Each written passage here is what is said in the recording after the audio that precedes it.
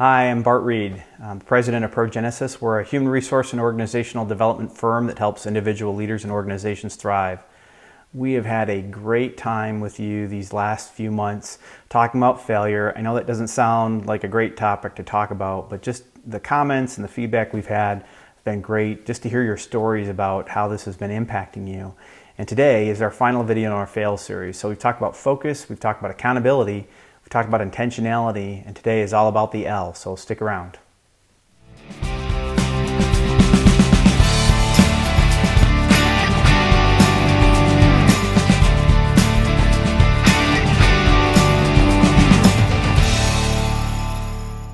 Well, before the break, as I said, we've talked about focus, we've talked about accountability, and we've talked about intentionality.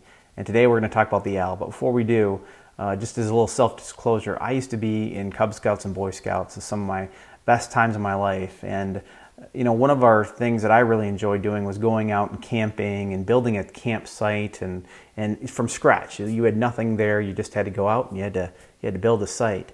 And what I loved about my Scoutmasters is always talking about how to work more effectively and efficiently, especially if you are lost in the woods. You don't want to expend energy that you don't have. Many times we find that people that get lost, that are out there, they waste a lot of energy doing inefficient or ineffective things, and that's sadly one of the reasons why they don't come back. And that has stuck with me my entire leadership career, is making sure that I'm not doing things inefficiently or ineffectively so I can conserve my energy for those around me and for my customers to make sure that I'm helping them as much as I possibly can. Another quick story before we introduce the L is, and many of you have experienced this, is when you're on an airplane.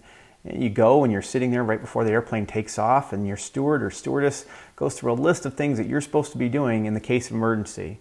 One of those things is the oxygen mask. You need to put that oxygen mask on yourself before you put it on other people. Take care of yourself.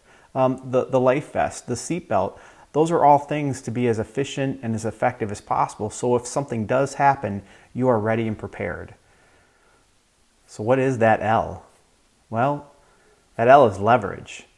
You know, going back to the story when I was a young Cub Scout and we were building out our campsite, I remember our Cub Master talking to us about using fulcrums and levers to make sure we could move either big rocks or trees to build our camp as effectively as possible. But I also remember boys that were there, and sadly some parents that were there that were just trying to do it on their brute strength. They were trying to lift that rock or lift that heavy object and do it all on their own strength, not using any leverage or fulcrums, and they were getting exhausted. Now I know you're going to be really surprised about this, but the three aspects of leverage that leaders can use to really successfully maneuver through failure for both themselves and their team. The first one is focus. The second one is accountability. The third one, yep, you guessed it, is intentionality.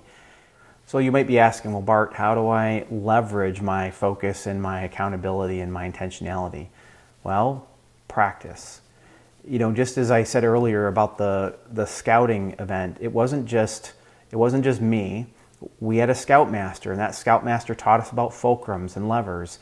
And then as a team, we really helped make sure that we were using all those skills and abilities that we had learned effectively and efficiently with each other. Some of us were better at it, some of us weren't, but we worked as a team.